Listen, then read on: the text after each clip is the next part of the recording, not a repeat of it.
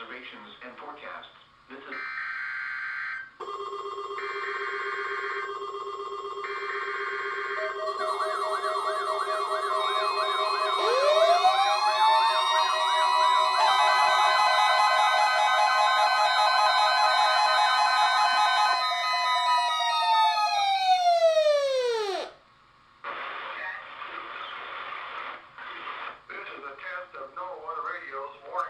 Systems.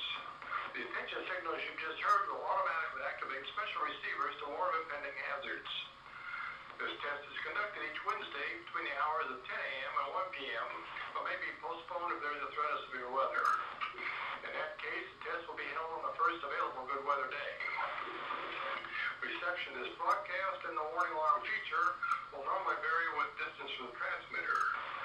This may occur even if you are using a good quality receiver in good working order. We now return to regular programming.